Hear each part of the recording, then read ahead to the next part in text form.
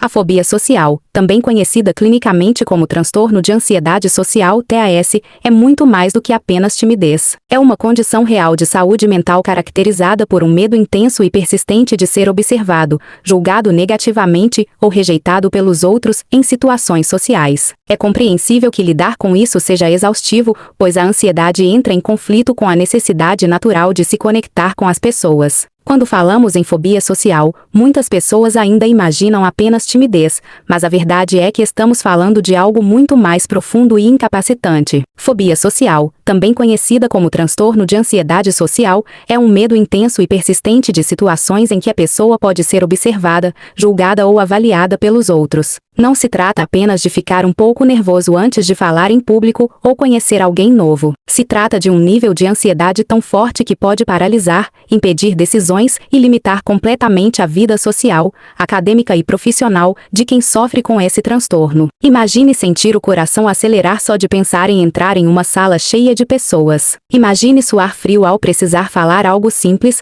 como pedir informação ou responder a uma pergunta. Para quem vive com fobia social, essas reações não são exagero nem drama. São respostas reais do corpo diante de um medo que parece incontrolável. Muitas vezes, a pessoa sabe que aquele medo é desproporcional, mas ainda assim não consegue evitar o desconforto intenso que surge. Um dos grandes problemas da fobia social é que ela costuma ser silenciosa. De fora, os outros podem enxergar apenas alguém quieto, reservado ou distante. Mas, por dentro, existe um turbilhão de pensamentos negativos, como o medo constante de ser ridicularizado, criticado ou rejeitado. A mente cria cenários de fracasso, vergonha e humilhação, mesmo antes de qualquer situação acontecer. Esse padrão de pensamento alimenta a ansiedade e reforça a tendência de evitar interações sociais. E é justamente essa evitação que torna a fobia social tão limitante. Aos poucos, a pessoa começa a fugir de eventos, reuniões, apresentações ou até conversas simples. O que começa como um desconforto em situações específicas